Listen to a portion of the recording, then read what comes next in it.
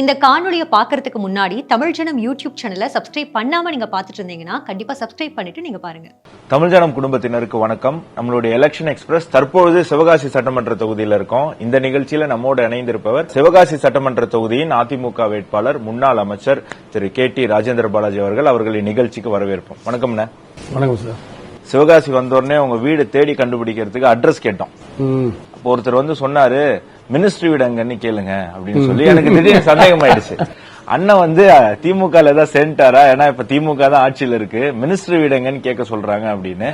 கடந்த தேர்தல்ல தோல்வி அடைந்தால் கூட இன்னும் சிவகாசியில வந்து உங்களை எல்லாரும் மினிஸ்டர் அப்படின்னு தான் கூப்பிடுறாங்க. என்ன ரகசியம்? தோல்வியில் அடையல, வெற்றியை தவற விட்டுட்டீங்க. பாசிட்டிவா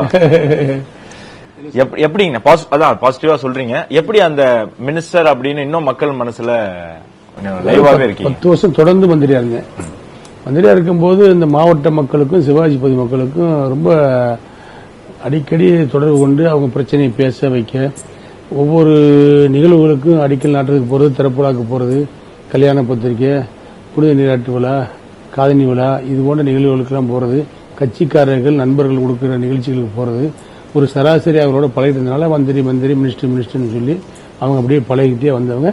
எனவே காலம் பூரா அப்படிதான் சொல்லுவாங்க. தற்பொழுது தமிழக முதலமைச்சர் ஸ்டாலின் அவர்கள் என்ன சொல்றாருன்னா, இந்த தேர்தலில் திமுக வந்து 200 தொகுதிகளை வெல்லும் அப்படின்னு. அதுக்கான வாய்ப்பு எப்படி இருக்குன்னு நினைக்கிறீங்க? யாருக்கு? திமுக வாய்ப்பே இல்லை. ஆனா ரொம்ப கான்பிடண்டா இருக்காங்க. 200 தொகுதி நாங்க திமுக பாரதிய ஜனதா கூட்டணி 210 தொகுதிகளில் வெல்லும். இது வந்து உலகறிஞ்ச உண்மை, நடக்க போற நிகழ்வு. அந்த அளவுக்கு வந்து மக்கள் மத்தியில வந்து இன்னைக்கு பேச்சு பொருளாக இருக்கிறது இந்த கூட்டணி பத்தி. சென்ற நாடாளுமன்ற தேர்தலிலேயே சேர்ந்திருந்தால் 25-30 தொகுதி பிடித்திருப்பார்கள் என்ற ஒரு பேச்சு உண்டு.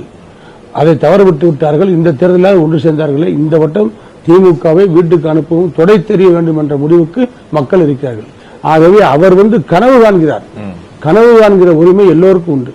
இன்றைய முதலமைச்சர் கனவு காண்கிறார். அது பகல் கனவு. அவர்கள் தப்பி தவறி ஒரு சில தலைவர்கள் தான் வெற்றி பெறுவார்களுடைய, இது அவர்களுக்கு மிகப்பெரிய அடியாக இந்த தேர்தல் முடிவுகள் அவர்களுக்கு திமுகவுக்கு காத்திருக்கிறது. இந்த தேர்தல் கூட டெல்லி வெர்சஸ் தமிழ்நாடு தேர்தல். அதனால தமிழ்நாட்டினுடைய ரெப்ரசன்டேட்டிவ் நாங்க தான், திமுக தான். அதனால திமுகவுக்கு ஓட்டு போடுங்கன்னு அவங்க சொல்றாங்க. அதாவது இதெல்லாம் வந்து குண்டுச்சட்டிக்குள்ள குதிரை ஓட்டுற வேலை. இது வந்து டெல்லிக்கு எங்களுக்கு தான் போட்டி நம்பர், டெல்லியை எதிர்க்கிற மாதிரி நடிக்கிறது. இவர் டெல்லியெல்லாம் எதிர்த்து கிடையாது.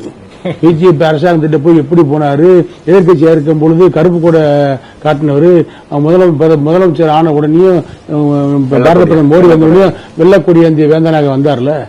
ஏன் அன்னைக்கு கருப்பு கொடி காட்டலாம், அன்னைக்கு புறக்கணிக்கலாம்? கடைசி வரைக்கும் பிஜேபியோட அவங்க சமரசமா தான் போனாங்க. இன்னைக்கு தேர்தலுக்காக வந்து அவங்க நடிக்கின்ற நாடகமா தான் பார்க்கணும் ஒழிய, அவர் வெட்டவழித்தனமா வந்து டெல்லி எதிர்த்தெல்லாம் அவங்களால ஒன்றும் செய்ய முடியாது. டெல்லி வந்து மோடியுடைய பின்னாடி தமிழக இந்தியா கம்பீரமா இருக்கு. அது திமுகவுக்கு தெரியும், எல்லா அரசியல்வாதிகளுக்கும் தெரியும். சும்மா அவங்க எதிர்க்கிற மாதிரி இவ்வளவு பெரிய ஆளவே, இவ்வளவு பெரிய இரும்பு மனிதர் மோடியவே எதிர்க்கிறாங்களா அப்படின்னு நினைப்பாங்களுக்காக இவர் ஒரு நாடகம் போறாரு.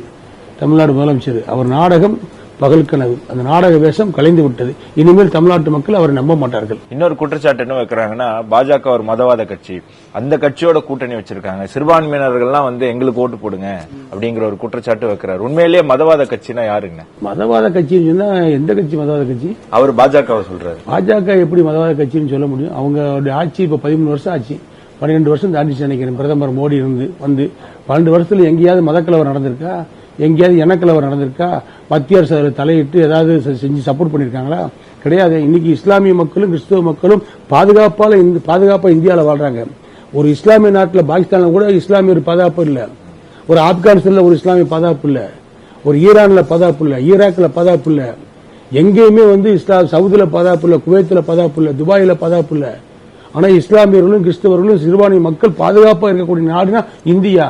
அதற்கு மோடி என்ற இரும்பு மனிதன் இந்தியாவுடைய பிரதமராக இருப்பதுதான் மிகப்பெரிய பாதுகாப்பு. ஆகவே மதவாதம் என்ற பேச்சு அடிவிட்டு போச்சு. இனவாதம் மதவாதம் என்று பேசுகிற இவர்களுடைய பேச்சு இதவே சொல்லி சிறுபான்மை சமுதாயத்துடைய ஓட்டுக்களை ஓசியா வாங்குவது திமுகவுடைய வழக்கமான பழக்கமாக இருக்கிறது. இந்த முறையும் அந்த நிலையை கையாளுறாங்க. இந்த நிலை சிறுபான்மை மக்கள் ஒரு தெளிவோடு இருக்கிறார்கள். அது இஸ்லாமியராகட்டும் கிறிஸ்தவர்களாகட்டும் ஒரு தெளிவோடு திமுக நம்மை ஓட்டுக்காக ஓட்டு வங்கியாக நம்மளை பயன்படுத்துகிறது, நம்முடைய ஓட்டுகளை பெற்று நமக்கு ஒன்றும் செய்வது கிடையாது, விமர்சனத்துக்கு தான் நம்மளை உட்படுத்துகிறார்கள். ஆகவே நம்முடைய கட்சி கொள்கைகள் எப்படி இருக்கிறதோ அவரவர் கட்சி வாரியாக போய் ஓட்டு போடணும் என்று சொல்லிவிட்டார்கள். திமுக ஓட்டு போடணும் என்ற ஒரு ஒட்டுமொத்த முடிவெல்லாம் இனிமே வந்து எடுக்க மாட்டாங்க. முழு மதமும் போய் திமுக ஓட்டு போடுறது இனிமேல் நடக்கவே நடக்காது. திமுக போடுற சீனை இனிமேல் வந்து இஸ்லாமிய மக்களோ கிறிஸ்துவ மக்களோ சிறுபான்மை மக்கள் யாரும் ஏற்றுக்கொள்ளவே மாட்டார்கள். நிச்சயமா கேரளால நம்ம பார்க்கிறோம், பாஜக பக்கம் நிறைய கிறிஸ்துவர்கள் வராங்க. அப்புறம் ஒரு கணக்கே வருது, இந்தியாவிலேயே அதிகமான கிறிஸ்துவ எம்எல்ஏ இருக்கிறது என்டிஏல தான், பிஜேபியில தான் அப்படின்னு சொல்லிட்டு. சோ நீங்க சொல்ற விஷயங்கள் வந்து இப்போ நிறைய வெளில வந்துகிட்டு இருக்கு. மதசார்பின்மை அப்படிங்கிற ஒரு போர்வையில திமுக வந்து பாஜகவை தனிமைப்படுத்த பார்க்குது. அது உண்மை இல்ல. அப்படி காங்கிரஸ் பெரிய மதத்துக்கு எதிரான கட்சி மாதிரி போற காங்கிரஸ் கட்சி ஆட்சியில் இருக்கிறது கூட வந்து இஸ்லாமிய நாட்டில் போய் ஒரு இந்து கோயிலை கட்ட முடியல. இன்னைக்கு துபாயிலையும் குவைத்திலையும் கத்தார்லயும் மஸ்கட்லயும் இந்து கோயில்ல ஒன்று கட்டி அங்க இருக்கக்கூடிய முஸ்லீம் மன்னர்களோடு அங்க இருக்க முஸ்லீம் இஸ்லாமிய அதிபர்களோடு நெருக்கமான உறவு வைத்துக் கொண்டிருப்பவர் நம்முடைய பாரத பிரதமர் மோடி அவர்கள். அங்க இருக்கிற வெளிநாட்டில் இருக்கக்கூடிய இஸ்லாமியர்கள் எல்லாம் இவருக்கு நண்பர்கள். இங்க இருக்கக்கூடிய உள்ளூர் இஸ்லாமியர்களை பகைவராக சித்தரிப்பது திமுகவின் வேலை. ஆகவே இங்க இருக்கக்கூடிய இஸ்லாமியர்களோ கிறிஸ்தவர்களோ இன்றைக்கு மோடியுடைய பிஜேபியுடைய கொள்கைகளை எல்லாம் புரிந்து கொண்டார்கள். ஆகவே இனிமேல் திமுக கூட்டணி கட்சியை சேர்ந்தவர்கள் காங்கிரஸ் போடுகின்ற நாடகம் எல்லாம் இனிமேல் நடக்காது. காங்கிரஸ் இதே மாதிரி கத்துறதுதான், இதே மாதிரி சவுண்ட் விட்டுக்கிட்டே இருப்பாங்க, நாட்டை கெடுத்துருவாங்கன்னு. ஏன்னா இதே திமுக வந்து ஐயா வாஜ்பாய் இருக்கும்போது பாரத பிரதமர் அவரை வரும்போது அங்க போய் 5 வருஷம் மந்திரியா இருக்கும்போது மதவாத கட்சியா தெரியல அவங்களுக்கு பிஜேபி. அன்னைக்கு இவங்க தானே போய் நின்னாங்கல்ல. அன்னைக்கு கலைஞர் போனாரு, ஸ்டாலின் போனாரு, முரசொலி மாறன் போனாரு, எல்லாம் போய் மந்திரியா இருந்தாங்களே. இறக்குற வரைக்கும் மந்திரியா இருந்தார்ல, இறக்குற வரைக்கும் 1 வருஷம் வந்து அவர் கோமாலே இருந்தார் முரசொலி மாறன். அப்படி இருந்து வாஜ்பாய் அவர்கள் பெருந்தன்மையோடு மந்திரியா கேபினட் மினிஸ்டரா வச்சிருந்தாரு. இறக்குற வரைக்கும் இங்க வந்து கடைசியில வந்து பெசன்ட் நகர் சுடுகாட்டில் வந்து வாஜ்பாய் வந்து அஞ்சலி செலுத்திட்டு போனாரு. இதெல்லாம் வரலாறு. நட்பை மதிக்கக்கூடியவர்கள் பாரத பிரதமர் கூடிய வாஜ்பாயா இருக்கட்டும், இன்றைய தலைவர் மோடியா இருக்கட்டும், நட்பை மதிக்கக்கூடிய அந்த நட்பின் அடிப்படையில் தான் திமுகவை அவர்கள் இன்றைக்கு அணுகுகிறார்கள். இவர்கள் தான் பதவிக்காக, பதவி வெறிக்காக, பதவி ஆசைக்காக ஒரே அடி அடிச்சு மதவாத கட்சி இனவாத கட்சி அதோடு கூடி சேர்ந்துகிறது. அதிமுகவும் மதவாதத்துக்கு துணை வருகிறது என்று சொல்லி மக்களை குழப்புகின்ற பணியை திமுக செய்கிறது. இந்த 2026 தேர்தல் அவர்களுக்கு சரியான பாடம் போட்டும். சங்கு அப்படின்னு சொல்றீங்க. கோயிலை பத்தி சொல்லும்போது நாங்க கிராமத்துல போய் மக்களை சந்திக்கும் போது எல்லா ஊர்லயும் பேசும்போது ஏதோ ஒரு கோயிலை காமிச்சு இந்த கோவிலுக்கு அண்ணன் நிதி தந்திருக்காரு, இதை திருப்பி கட்டுறதுக்கு, இதை வந்து புனர் நிர்மாணம் பண்றதுக்கு நீங்க நிதி உதவி பண்ணிருக்கீங்க அப்படின்னு பல கோவிலுக்கு நீங்க இந்த தொகுதியில பண்ணிருக்கிறது நமக்கு தெரிய வருதுங்க. இப்போ உதயநிதி அவர்களுடைய தேர்தல் பிரச்சாரத்துல எடப்பாடி பழனிசாமி அவர்களை மிக கடுமையாக கீழ்த்தரமாக விமர்சிக்கிறார் அப்படிங்கிற ஒரு குற்றச்சாட்டு வைக்கிறாங்க. அந்த விமர்சனங்கள்லாம் நீங்க பாத்தீங்களா? உதயநிதி அவர்கள் வந்து இதை எப்படி பாக்குறீங்க? ஒரு துணை முதலமைச்சர் ஒரு தேர்தல் வெற்றிக்காக இன்னொரு அரசியல் தலைவர் இவ்வளவு கேவலமா பேசுறது. அதாவது நானும் வேகமா பேசணும் தான். காலப்போக்கில் சில பெரியவர்களுடைய ஆசீர்வாதங்களும் ஆலோசனைகளும் கேட்ட பின்னாடி விமர்சனங்களை வந்து ஒரு வரம்புக்குள் வைக்க வேண்டும். அதிகாரம் கண்ணை மறைக்க துரோகச்செயல் ஈடுபடுவதில் ஒரு நாள் இல்லை என்று சொன்னாலும் மற்றொரு நாள் மக்கள் சமுதாயம் தண்டிக்காமல் விடாது என்ற உண்மையை உணர்ந்தால்தான் நாடும் நலம் பெறும், நாமும் நலமாக இருப்போம். இது எம்ஜிஆர் படத்தில் எம்ஜிஆர் 72 கட்சி ஆரம்பிக்கும் பேசின வார்த்தைகள். இன்னைக்கு அவங்க அதிகாரம் கண்ணை மறைக்க எல்லோரையும் கேவலமா பேசுவது, எல்லோரையும் கிண்டலடித்து பேசுவது, எல்லோரையும் அசிங்கமா திட்டுவது, இது திமுகவுடைய தலைவர் ஸ்டாலினுக்கோ அவருடைய பையன் உதயநிதி ஸ்டாலினுக்கோ வழக்கமான ஒன்றாகிவிட்டது. இதற்கான முடிவுகள், இதற்கான பதிலை காலம் சொல்லும், இந்த தேர்தல் முடிவு சொல்லும். இப்போ தமிழ் புத்தாண்டே ஒரு கேள்விக்குறி ஆயிடுச்சு. ஏன்னா திமுக என்ன சொல்லுதுன்னா ஜனவரியில தான் தமிழ் புத்தாண்டு அப்படின்னு சொல்லுது. ஆனா ஜெயலலிதா அவர்கள் வந்து முதலமைச்சரா இருக்கும்போது ரொம்ப தெளிவா சொல்லிட்டாங்க, ஏப்ரல் 14 தான் தமிழர்களுடைய புத்தாண்டு அப்படின்னு. இப்படி தமிழர்களுடைய புத்தாண்டே ஒரு கேள்விக்குறியாக்கக்கூடிய திமுகவினுடைய இந்த செயல் நம்மளுடைய பாரம்பரியத்துக்கு எந்த அளவுக்கு ஆபத்தான ஒரு விஷயம். அதாவது காலங்காலமா வந்து 1000 ஆண்டுகள் பழமை வாய்ந்த ஒரு கலாச்சாரத்தை மாற்றி அமைக்க நினைக்கிறது திமுக. அது தவறு. அம்மா இருக்கிற காலத்திற்கு அதுக்கு முடிவு கொண்டுதான் இவங்க ஒரு மாற்றி கொண்டு வந்தாங்க. அதுக்கு பின்னாடி வந்து ஏப்ரல் 14 தமிழ் புத்தாண்டு என்று சொல்லி அதுதான் நடைமுறையில் இன்னைக்கு இருக்கு.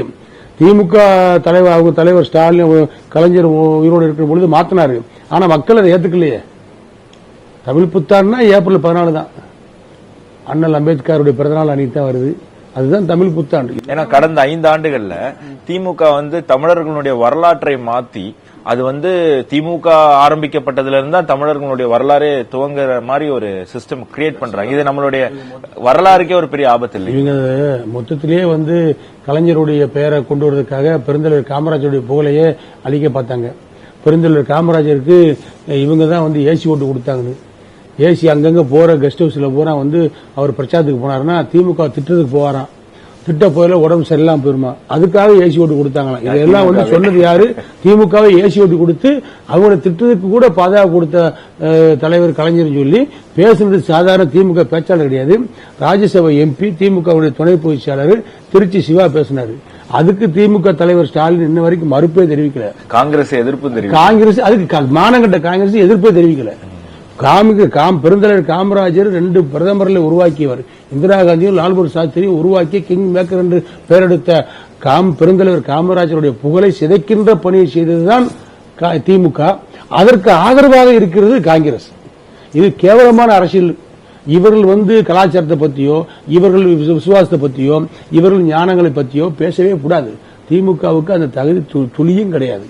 அது மட்டும் இந்த முக்தார் ஒரு ஊடகவியாளர் எவ்வளவு அவமானமா. சிவாஜிக்காரங்கெல்லாம் கல்லூண்டு அடிச்சவங்க, அது அவர் சார்ந்த நாடார் சமுதாயம் சொல்றாரு. அது மாதிரி விருந்தினர்கள் அவர் சார்ந்த நாடார் சமுதாயம். திமுகவுடைய அவர் நேரடி நட்சத்திர பேச்சாளர் முக்தார். அவர் சொல்றாரு விருந்தினர்கள் இருக்கக்கூடிய நாடார்கள்லாம் வந்து கலப்படம் பண்ணாங்க, இப்படிதான் பண்ணாங்க, அதுக்கு வந்து இவர் மறைமுகமா சப்போர்ட் பண்ணாரு அப்படின்னு சொல்லியே பேசினார். இன்னும் கைதாகல அவர் வழக்கே பதியலையே. என்ன சொல்றேன், வழக்க போடுங்க, அரசு கூட பண்ணாதீங்க, அவர் ஜாமீன்ல வந்துட்டு போட்டோம். அது நாடார் சமுதாய மக்கள் மத்தியில் ஒரு மன அமைதியா ஏற்படும். அவர் பெருந்தலைவர் உயிருக்கு உயிராய் நேசிக்கக்கூடிய தொண்டர்கள் இன்னைக்கு குமரியிலிருந்து சென்னை வரைக்கும் லட்சக்கணக்கான கோடிக்கணக்கான பேர் இருக்காங்க. அவருடைய ஆட்சி காலம் பொற்காலம், கர்ம வீரர் என்று பெயர் எடுத்தவர். அவரை இவ்வளவு அவமானப்படுத்தி பேசுறதுக்கு அவர் ஒரு வழக்கு கூட போடல. அதற்காக நாடார் மகாஜன சங்கத்துடைய பொதுச்செயலாளர் அண்ணன் கரிகோராஜ் வந்து சாத்தூர்ல வந்து மிகப்பெரிய ஆர்ப்பாட்டத்தை பண்ணாரு. முக்தார் மீது வழக்கு பதிவு செஞ்சு கைது செய்யணும்னு சொல்லி இன்ன வரை கிடையாது, இந்த நிமிடம் வரை கிடையாது. பெருந்தலைவரை வந்து நாடாளுமன்ற தேர்தலில் நாகர்கோவில் போட்டியிடும் இடைத்தேர்தலில் போட்டியிடும் போது கலைஞர் அங்க என்ன சொன்னாரு, நாகர்கோவில் நடப்பது நாடாளுமன்ற தேர்தல் அல்ல, இது நாடாளுமன்ற தேர்தல் சொன்னாரா இல்லையா? நெல்லை எங்களுக்கு எல்லை, குமரி எங்களுக்கு தொல்லை சொன்னாரா இல்லையா? இது கலைஞர் வாயிலிருந்து வந்த வார்த்தை. அன்னைக்கிலிருந்து பெருந்தலைவர் காமராஜரை நையாண்டி பேசுனது, நக்கல் பேசுறது, கிண்டல் பேசுறது, கேலி பேசுவது இது இவர்களுக்கு சகஜம்.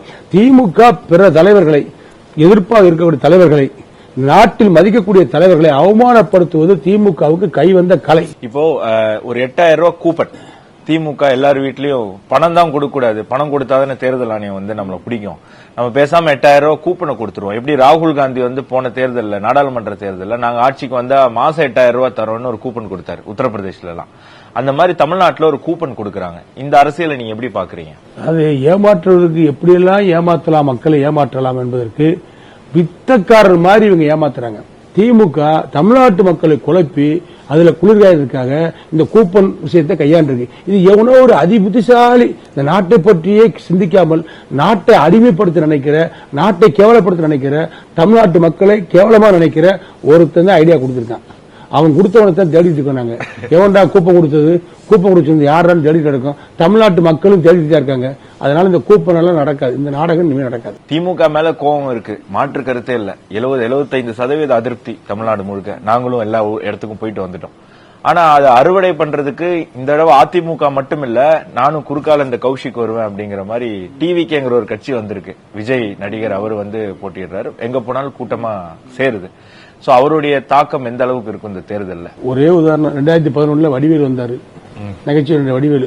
இதே செவ்வாயில வந்து பிரச்சாரம் பண்ணாரு, 10,000 பேர் கூட்டினாங்க. நானே மிரண்டு போனேன். 11 நிக்க நான் முதல்ல சட்டமன்ற தேர்தல் நிக்கிறேன், மிரண்டு போனேன். என்னடா இவ்வளவு கூட்டம் கூடுதுன்னு. ஆனா ஓட்டு விழுந்துச்சா? பார்க்க ஓடினாங்க, இதே மாதிரி தொத்துனாங்க, அவர் கையசைச்சா தொத்துனாங்க, வண்டி படி ஓடினாங்க. அதே மாதிரி ஒரு நாடகம் நடந்துட்டு இருக்கு. அதாவது எதையும் சாராம, இங்கிட்டும் இல்லாம அங்கிட்டும் இல்லாம 2 கண்டா இருக்கக்கூடிய கொஞ்சம் பேரு விஜய் பின்னாடி போயிட்டு இருக்கு. அதுல கொஞ்சம் அறிவு சார்ந்த கொஞ்சம் பேர் இருக்காங்க.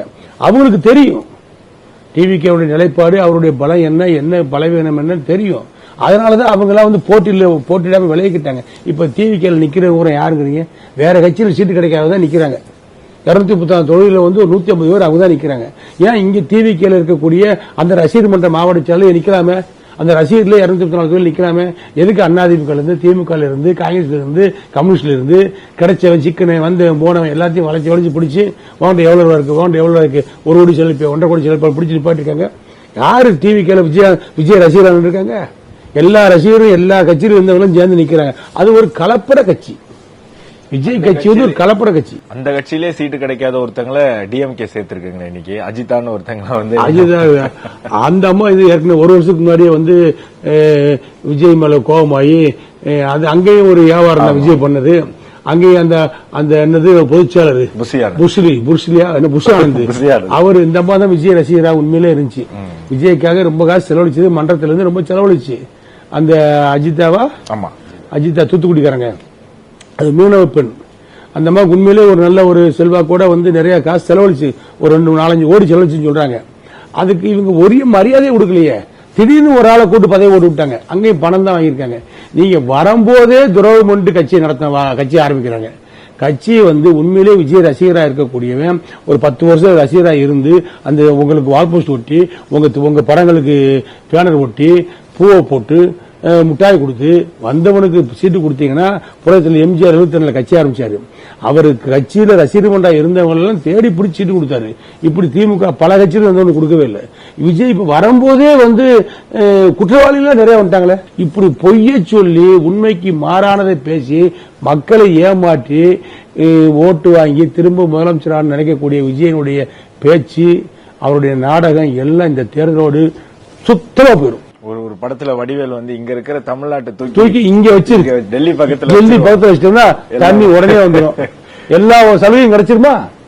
டெல்லி பக்கத்துல டெல்லியில இருந்து கொடுக்கறது உடனே வந்துடும். இங்க இருக்கப்பதான் லேட் ஆகுது சொன்ன மாதிரி இவங்க ஏர்போர்ட் ஜமா சொல்லுது டிவிக்கு, இங்க இருக்கிற லேடி இங்க ஏர்போர்ட் வரணும், சிவாஜி தொழிலை காப்பாத்தினா ஒரு ஏர்போர்ட்டை கொண்டு வரணும், இதெல்லாம் சாத்தியக்கூறா அப்படின்னு யாரும் சிந்திக்க விடாம சொல்றது. இதெல்லாம் வந்து பேச்சுக்கு வேணா இருக்கலாம். நீங்க போட்டின்னு சொன்னா அதிமுக கூட்டணி, அதிமுக, பாரதிய ஜனதா, அம்மா மக்கள் முன்னேற்ற கழகம், தமிழ் மாநில காங்கிரஸ், தமிழக மக்கள் முன்னேற்ற கழகம், அதுபோக சமூக அமைப்புகள், இது சேர்ந்து ஒரு கூட்டணி. அதிமுக எடப்பாடி தலைமையில் உள்ள கூட்டணி, பாமக, பாட்டாளி மக்கள் கட்சி, இதெல்லாம் சேர்ந்து ஒரு கூட்டணி.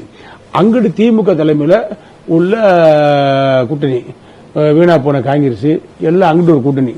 இதுதான் தேர்தல் களத்தில் நிற்கக்கூடிய கூட்டணி. இதுல ஜெயிக்க போறது யாருன்னா அதிமுக கூட்டணி, அங்கிட்டு விழ போறது யாரு?